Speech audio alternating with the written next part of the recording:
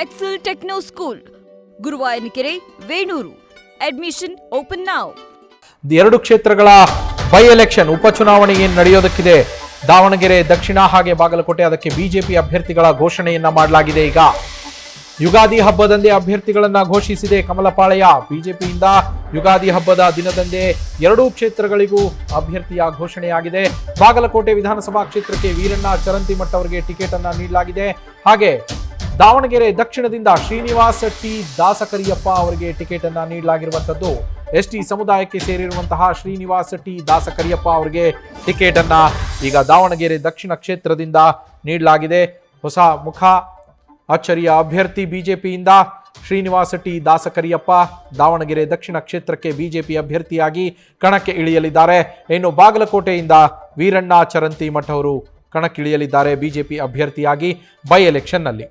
HY ಮೇಟಿ ಅವರ ನಿಧನದಿಂದ ತೆರವಾಗಿದ್ದಂತಹ ಬಾಗಲಕೋಟೆ ಕ್ಷೇತ್ರ, ಮತ್ತೊಂದೆಡೆ ಶಾಮನೂರು ಶಿವಶಂಕರಪ್ಪನವರ ನಿಧನದಿಂದ ತೆರವಾಗಿದ್ದಂತಹ ದಾವಣಗೆರೆ ದಕ್ಷಿಣ ಕ್ಷೇತ್ರ, ಎರಡೂ ಕ್ಷೇತ್ರಗಳಿಗೆ ಬೈ ಎಲೆಕ್ಷನ್ ನಡೆಯಲಿದ್ದು ಅದಕ್ಕೀಗ ಬಿಜೆಪಿ ತನ್ನ ಅಭ್ಯರ್ಥಿಗಳನ್ನು ಘೋಷಣೆ ಮಾಡಿದೆ. ಕಾಂಗ್ರೆಸ್ ಇನ್ನೂ ಘೋಷಣೆ ಮಾಡೋದಕ್ಕಿದೆ. ಈ ನಡುವೆ ಬಿಜೆಪಿಯಿಂದ ಹಬ್ಬದ ದಿನದಂದೇ ಯುಗಾದಿ ಹಬ್ಬದ ಸಂಭ್ರಮದ ನಡುವೆ ಇಬ್ಬರಿಗೂ ಟಿಕೆಟ್ ಅನ್ನ ಘೋಷಣೆ ಮಾಡಿದೆ. ಶ್ರೀನಿವಾಸ ಟಿ ದಾಸಕರಿಯಪ್ಪ ದಾವಣಗೆರೆ ದಕ್ಷಿಣ ಕ್ಷೇತ್ರದಿಂದ ಬಿಜೆಪಿಯ ಅಭ್ಯರ್ಥಿಯಾಗಿ ತಮ್ಮ ಅದೃಷ್ಟ ಪರೀಕ್ಷೆಗೆ ಇಳಿಯಲಿದ್ದಾರೆ. ಮತ್ತೊಂದೆಡೆ ಮಾಜಿ ಶಾಸಕರಾದಂತಹ ವೀರಣ್ಣ ಚರಂತಿಮಠ ಅವರು ಬಾಗಲಕೋಟೆ ಕ್ಷೇತ್ರದಿಂದ ಬಿಜೆಪಿ ಅಭ್ಯರ್ಥಿಯಾಗಿ ಕಣಕ್ಕಿಳಿತಾ ಇದ್ದಾರೆ. ನಮ್ಮ ಪೊಲಿಟಿಕಲ್ ಕರೆಸ್ಪಾಂಡೆಂಟ್ ಮಧುಸೂದನ್ ಈಗ ಲೈವ್ನಲ್ಲಿ ಜಾಯ್ನ್ ಆಗಿದ್ದಾರೆ. ಮಧುಸೂದನ್, ಅಚ್ಚರಿಯ ಅಭ್ಯರ್ಥಿ ದಕ್ಷಿಣ ಕ್ಷೇತ್ರಕ್ಕೆ ಬಾಗಲಕೋಟೆಗೆ ವೀರಣ್ಣ ಚರಂತಿಮಠ ಅವರಿಗೆ ಈಗ ನೀಡಲಾಗಿರುವಂಥದ್ದು. ಬಿಜೆಪಿಯ ಲೆಕ್ಕಾಚಾರಗಳೇನು? ನಿಜಕ್ಕೂ ನವೀನ್, ಈ ಬಾರಿ ರಾಜ್ಯದಲ್ಲಿ ಎದುರಾಗ್ತಾ ಇರುವಂತಹ ಎರಡು ವಿಧಾನಸಭಾ ಕ್ಷೇತ್ರಗಳ ಉಪಚುನಾವಣೆಯ ಹಿನ್ನೆಲೆಯಲ್ಲಿ ಬಿಜೆಪಿ ಶತಾಯಗತಾಯ ಗೆಲುವನ್ನ ಸಾಧಿಸಲೇಬೇಕಾದಂತ ಒಂದು ವೇದಿಕೆಯನ್ನ ಸಿದ್ಧಪಡಿಸಿಕೊಳ್ತಿದೆ. ಹೀಗಾಗಿ ದಾವಣಗೆರೆ ದಕ್ಷಿಣಕ್ಕೆ ಮೊಟ್ಟ ಮೊದಲನೇದಾಗಿ ಹೊಸ ಮುಖದ ಅಭ್ಯರ್ಥಿಯನ್ನ ಕಣಕ್ಕೆ ಇಳಿಸ್ತಾ ಇದೆ. 2023 ರಾಜ್ಯ ಸಾರ್ವತ್ರಿಕ ವಿಧಾನಸಭಾ ಕ್ಷೇತ್ರದ ಚುನಾವಣೆಯಲ್ಲಿ BJ ಅಜಯ್ ಕುಮಾರ್ ಅವ್ರಿಗೆ ಟಿಕೆಟ್ ಅನ್ನ ನೀಡಿತ್ತು ಬಿಜೆಪಿ ಪಕ್ಷ. ಅವತ್ತು ಕಾಂಗ್ರೆಸ್ನ ಉಮೇದುವಾರಿಕೆ ಸಲ್ಲಿಸಿದಂತ ಶಾಮನೂರು ಶಿವಶಂಕರಪ್ಪನವರ ವಿರುದ್ಧ ಅಜಯ್ ಕುಮಾರ್ ಪರಾಭವಗೊಂಡಿದ್ರು. ಈಗ ಶಾಮನೂರು ಶಿವಶಂಕರಪ್ಪನವರ ನಿಧನದ ಹಿನ್ನೆಲೆಯಲ್ಲಿ ದಾವಣಗೆರೆ ದಕ್ಷಿಣ ವಿಧಾನಸಭಾ ಕ್ಷೇತ್ರಕ್ಕೆ ಉಪಚುನಾವಣೆ ಎದುರಾಗಿದೆ. ಈ ನಿಟ್ಟಿನಲ್ಲಿ ಹೊಸ ಮುಖದ ಅಭ್ಯರ್ಥಿ ಯಾರು? ಹಾಗಾದ್ರೆ ಈ ಶ್ರೀನಿವಾಸ್ ಟಿ ಕರಿದಾಸಪ್ಪ ಅನ್ನೋದನ್ನ ನೋಡೋದಾದ್ರೆ, ರಾಜ್ಯ ST ಮೋರ್ಚಾದ ಉಪಾಧ್ಯಕ್ಷರಾಗಿ ದಾವಣಗೆರೆ ಜಿಲ್ಲೆಯ ಬಿಜೆಪಿಯ ಸಂಘಟನೆಯಲ್ಲಿ ಉಪಾಧ್ಯಕ್ಷರಾಗಿ ಕಾರ್ಯವನ್ನು ನಿರ್ವಹಿಸ್ತಾ ಕಳೆದ 20 ವರ್ಷಗಳಿಂದ ಕೂಡ ಬಿಜೆಪಿಯಲ್ಲಿ ಗುರುತಿಸಿಕೊಂಡಿದ್ದಾರೆ. ST ಮೋರ್ಚಾದ ನಾಯಕರಾಗಿ ಶ್ರೀನಿವಾಸ್ ಟಿ ಕರಿದಾಸಪ್ಪ ಅವರು ಮೊಟ್ಟ ಮೊದಲನೇದಾಗಿ ಈ ಬಾರಿ ಅದೃಷ್ಟ ಪರೀಕ್ಷೆಗೆ ದಾವಣಗೆರೆ ದಕ್ಷಿಣ ವಿಧಾನಸಭಾ ಕ್ಷೇತ್ರದಿಂದ ಕಣಕ್ಕೆ ಇಳಿತಾ ಇದ್ದಾರೆ ಅಧಿಕೃತ ಬಿಜೆಪಿ ಅಭ್ಯರ್ಥಿಯಾಗಿ.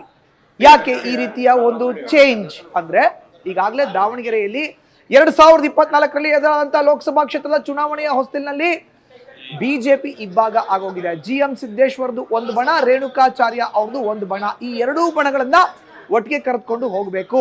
ಅವತ್ತು GM ಸಿದ್ದೇಶ್ವರ್ ಅವರ ಪತ್ನಿ ಗಾಯತ್ರಿ ಸಿದ್ದೇಶ್ವರ್ ಅವ್ರಿಗೆ ಸರಿಯಾಗಿ ಸಮರ್ಪಕವಾಗಿ ಅಲ್ಲಿನ ಸ್ಥಳೀಯ ಬಿಜೆಪಿ ನಾಯಕರು ಕೆಲಸವನ್ನ ಮಾಡಲಿಲ್ಲ ಅನ್ನೋ ಆರೋಪ ಇತ್ತು. ಈ ನಿಟ್ಟಿನಲ್ಲಿ ರಾಜ್ಯ ಬಿಜೆಪಿ ಉಸ್ತುವಾರಿ ಆಗಿರುವಂತಹ ರಾಧಾ ಮೋಹನ್ ದಾಸ್ ಅಗರ್ವಾಲ್ ಅವರು ಕೂಡ ಬಿಜೆಪಿ ರಾಜ್ಯಾಧ್ಯಕ್ಷ BY ವಿಜೇಂದ್ರ ಅವರನ್ನ ಒಳಗೊಂಡಂತೆ ದಾವಣಗೆರೆಗೆ ತೆರಳಿ ಕಳೆದ ವಾರ ಒಂದು ಸಭೆಯನ್ನ ಮಾಡಿದ್ದಾರೆ. ಅಲ್ಲಿ GM ಸಿದ್ದೇಶ್ವರ ಬಣವನ್ನು ಕೂಡ ಕರೆಸಲಾಗಿತ್ತು.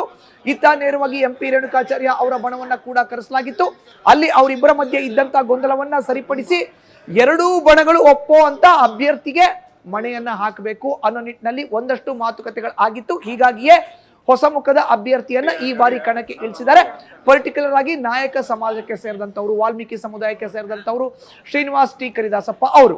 ಇವ್ರ ತಂದೆ ಕೂಡ ನೇರವಾಗಿ ರಾಜ್ಯ ರಾಜಕಾರಣದಲ್ಲಿ ಗುರುತಿಸಿಕೊಂಡವರು. JDS ಪಕ್ಷದಲ್ಲಿ ಬದಲಾದಂತ ರಾಜಕೀಯ ಸನ್ನಿವೇಶದಲ್ಲಿ ಈಗ ಶ್ರೀನಿವಾಸ್ ಅವರು ಕಳೆದ 20 ವರ್ಷದಿಂದ ಬಿಜೆಪಿಯಲ್ಲಿ ಇದ್ದಾರೆ.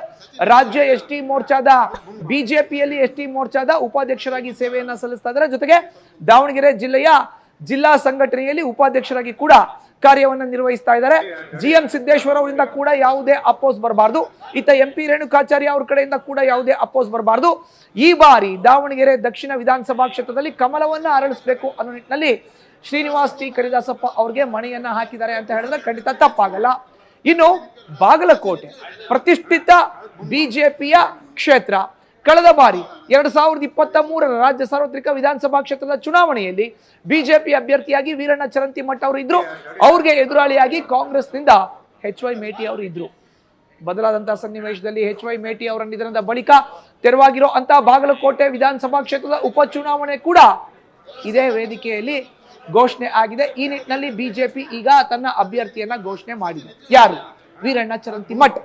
ಈಗಾಗಲೇ ಆ ಕ್ಷೇತ್ರವನ್ನ ಅವರು ಪ್ರತಿನಿಧಿಸಿರೋ ಅಂತ, ಕ್ಷೇತ್ರದ ಮೇಲೆ ಹಿಡಿತವನ್ನ ಇರೋ ಅಂತ ಅನುಭವ ಅವ್ರಿಗೆ ಇದೆ.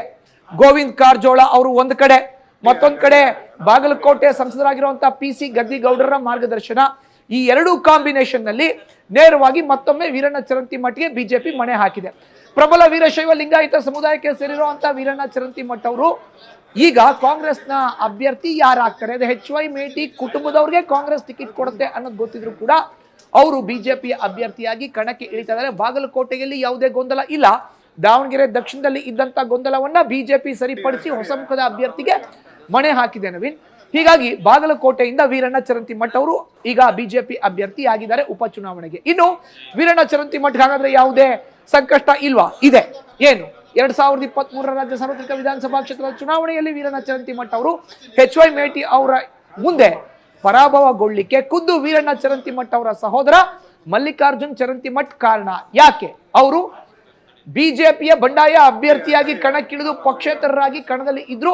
ಅವರು ಬರೋಬ್ಬರಿ 11,000 ಮತಗಳನ್ನ ತಗೊಂಡ್ರು. ವೋಟ್ ಡಿವೈಡ್ ಆಯ್ತು. ಹೀಗಾಗಿ HY ಮೇಟಿ ಗೆಲುವು ಈಸಿ ಆಯ್ತು. ವೀರಣ್ಣ ಚರಂತಿಮಠ ಸೋಲನ್ನ ಅನುಭವಿಸಬೇಕಾಗಿತ್ತು. ಈಗ ಬಿಜೆಪಿ ನಾಯಕರು ಏನ್ ಮಾಡಬೇಕು?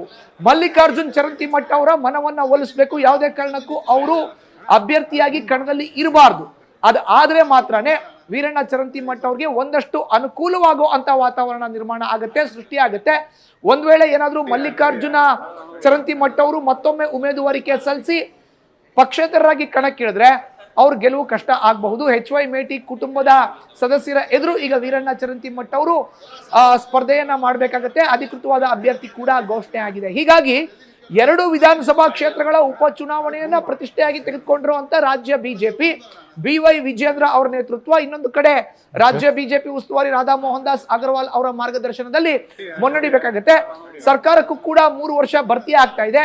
5 ಗ್ಯಾರಂಟಿಗಳು, ಕಾನೂನು ಸುವ್ಯವಸ್ಥೆ ಹಾಳಾಗಿರೋ ಅಂತದ್ದು, ಸಾಕಷ್ಟು ಸಮಸ್ಯೆಗಳನ್ನ ಜನರ ಮುಂದೆ ಇಡ್ತಾ ಅಲ್ಲಿಯ ಲೋಕಲ್ ಪಾಲಿಟಿಕ್ಸ್ ಕೂಡ ಅರ್ಥ ಮಾಡಿಕೊಂಡು ಯಾವ ರೀತಿ ಕಾಂಗ್ರೆಸ್ನ ಬಿಜೆಪಿ ಈಗ ಎದುರಿಸುತ್ತೆ ಅನ್ನೋದು $1 ಮಿಲಿಯನ್ ಪ್ರಶ್ನೆ. ಲಾಸ್ಟ್ ಪಾಯಿಂಟ್ ಒಂದು ಆಡ್ ಮಾಡೋದಾದ್ರೆ, ಅಂತೂ ಇಂತೂ ಫೈನಲ್ ಆಗಿ ಬಿಜೆಪಿ ತನ್ನ 2 ಅಭ್ಯರ್ಥಿಗಳನ್ನ 2 ವಿಧಾನಸಭಾ ಕ್ಷೇತ್ರಗಳ ಉಪಚುನಾವಣೆಗೆ ಘೋಷಣೆಯಂತೂ ಮಾಡಿದೆ.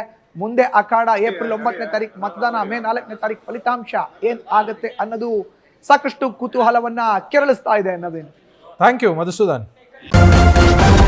ನ್ಯೂಸ್ ಫಸ್ಟ್ ನಿರ್ಭೀತಿಯಿಂದ ನಿಮ್ಮ ಪರವಾಗಿ.